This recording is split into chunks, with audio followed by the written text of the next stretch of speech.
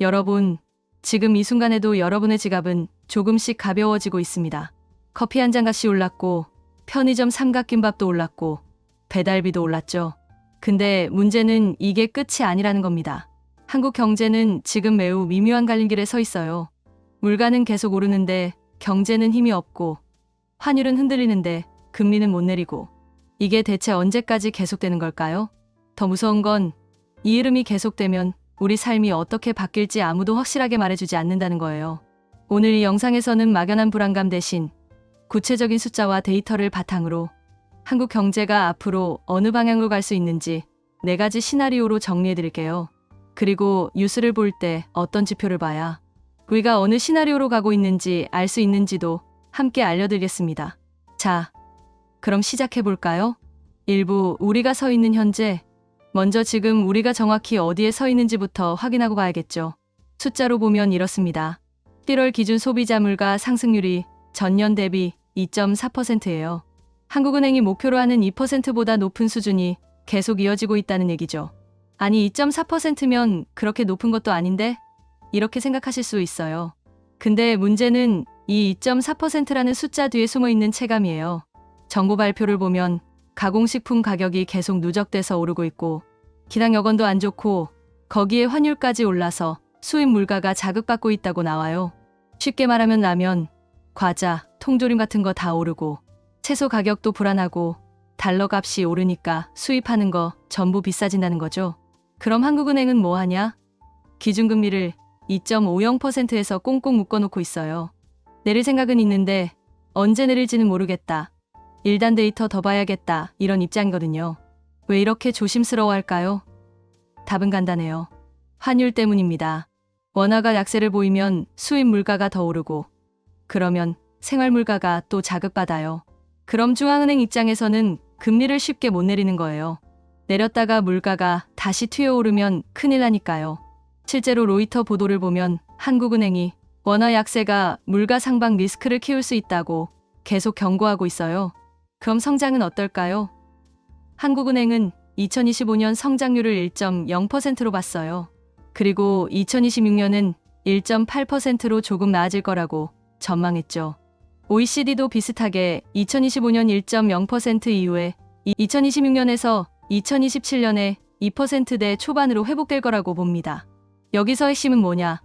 지금 당장 경제가 무너진다 이런 게 아니라 성장도 시원찮은데 물가는 안 잡히는 체감이 되게 불편한 구간이 계속된다는 거예요. 그래서 진짜 질문은 이겁니다. 이 불편한 구간이 길어지면 한국 경제는 구체적으로 어떤 모양으로 흔들릴까? 2부 시나리오 1. 완만한 안정화. 자, 이제부터 본격적으로 4가지 시나리오를 하나씩 뜯어볼게요. 첫 번째는 완만한 안정화 시나리오입니다.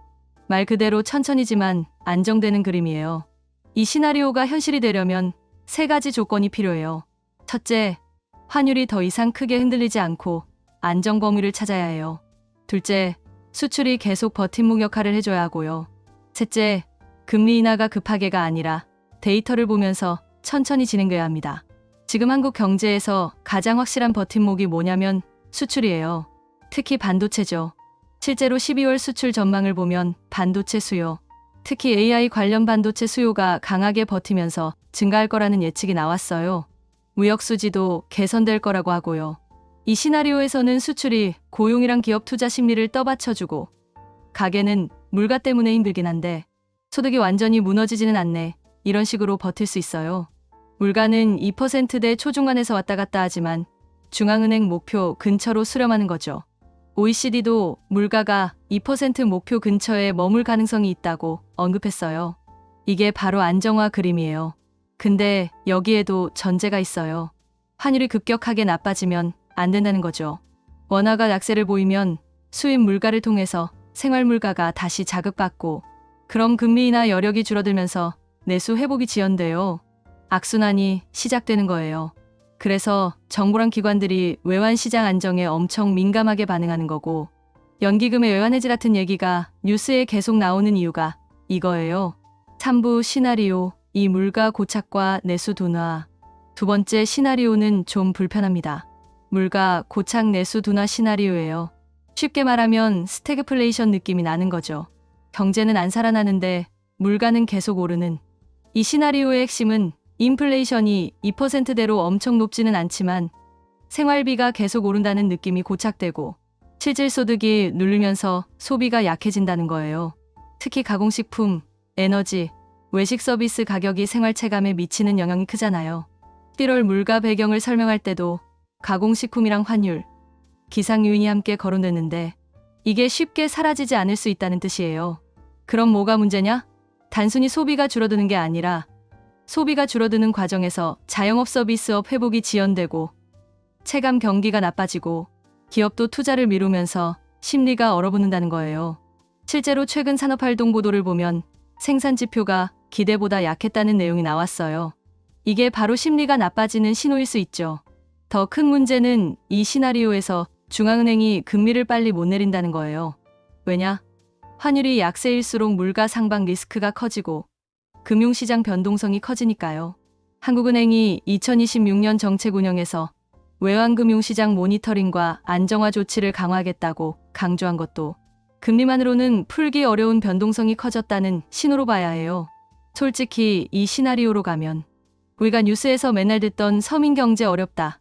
이게 체감으로 계속 이어지는 거예요. 숫자로는 위기가 아닌데 느낌은 계속 위기인 그런 상황이죠.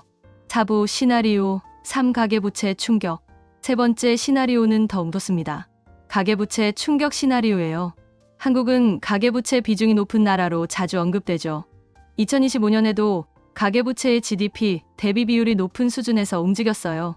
이 시나리오의 위험 포인트는 금리가 높은 상태로 오래 유지되거나 소득이 예상보다 약해지거나 주거비 부담이 다시 커질 때예요. 그럼 어떻게 되냐? 가계는 소비를 확 줄여서 빚을 방어하려고 하죠. 그 결과 내수 회복이 늦어지고 경기 회복이 수출은 좋은데 국내는 춥다로 분리되는 이중 구조가 심해져요. 특히 금리 인하가 늦어질수록 취약 차주 부담이 커지고 연체 위험이 커져요. 그럼 금융권이 리스크 관리를 강화하면서 대출을 더 조이죠. 그럼 다시 소비 투자가 위축되고 악순환입니다. 중요한 건 가계부채는 한 번에 폭발이라기보다 서서히 체력을 갉아먹는 방식으로 위기를 키운다는 거예요. 2008년 금융위기처럼 드라마틱하게 터지는 게 아니라 매달 이자 내고 원금 갚고 생활비 줄이고 이게 반복되면서 경제 전체의 활력이 빠지는 거죠. 반대로 이 위험을 낮추는 변수는 뭐냐? 실질임금의 회복, 고용의 안정, 그리고 부채의 구조조정과 정책적 완충 장치예요. 근데 솔직히 지금 상황에서 이게 단기간에 해결되긴 어렵죠. 그래서 이 시나리오가 무서운 거예요. 5부 시나리오 4 수출 주도 회복. 네 번째, 마지막 시나리오는 좀 희망적입니다. 수출 주도 회복 시나리오예요. 이건 글로벌 경기랑 기술 사이클이 한국에게 유리하게 작동할 때 가능한 그림이에요. 특히 AI 투자가 계속 확대돼서 반도체 수요를 자극해준다면 한국의 수출 엔진은 예상보다 훨씬 더 강하게 돌아갈 수 있어요. 그럼 성장률은 바닥을 다지고 2026년 이후 완만한 회복을 보일 수 있죠. 한국은행이랑 국제기구 전망에서 2026년 성장률이 2025년보다 높게 나온 이유도 바로 국내 수요 회복, 수출 견조함 조합을 전제로 하기 때문이에요. 근데 여기에도 함정은 있어요. 수출이 좋아져도 환율 에너지 식료품 같은 생활비 변수가 불안하면 국민이 느끼는 체감, 경기는 안 따라올 수 있거든요. 그리고 수출 업종 중심의 호황이 내수 전반으로 확산되려면 서비스업이랑 중소기업, 자영업으로 전이되는 경로가 필요해요. 결국 수출만 좋으면 다 해결이 아니라 수출이 벌어준 시간 동안 내수의 체질을 개선할 수 있느냐가 장기 승부처인 거죠. 6부 핵심 정리. 자, 여기까지 4가지 시나리오를 봤는데요. 그럼 처음 질문으로 돌아가 볼까요? 인플레이션이 심화되고 경제가 흔들리는 흐름이 지속되면 어떻게 되는가? 답은 이렇게 정리할 수 있어요. 첫째, 물가가 2%대라고 해서 체감 부담이 낮은 게 아니에요. 환율 식료품 가공식품 서비스 가격이 동시에 압박할 때 가계의 실질 구매력은 빠르게 약해지고 소비가 꺾이면서 내수가 둔화될 수 있어요. 둘째, 원화 약세가 오래가면 수입 물가가 자극받고 물가 상방 위험이 커져서 통화정책 완화 여력이 줄어들어요. 한국은행도 이 점을 위험 요인으로 보고 시장 안정에 집중하고 있죠. 셋째, 높은 부채 부담이 있는 상태에서 성장 회복이 더딜 경우 빚을 줄이려는 소비, 위축이 구조화되면서 회복 속도가 느려질 수 있어요. 넷째, 다행히도 수출, 특히 반도체 같은 핵심 품목의 사이클이 받쳐준다면 한국 경제는 급락이 아니라 저성장환만 회복의 경로를 밟을 가능성이 있어요. 여러 전망기관이 2026년 성장률 개선을 예상하는 이유도 이 경로 때문이에요. 결국 한마디로 정리하면 이겁니다. 지금의 물가 압력과 경기 흔들림이 그대로 지속되면 한국 경제는 급락보다는 체감이 불편한 저성장 구간의 장기화로 갈 가능성이 크다. 체크포인트? 그럼 마지막으로 앞으로 6에서 18개월 동안 뉴스를 보면서 우리가 어느 시나리오로 가고 있는지 빨리 판단할 수 있는 체크포인트를 드릴게요.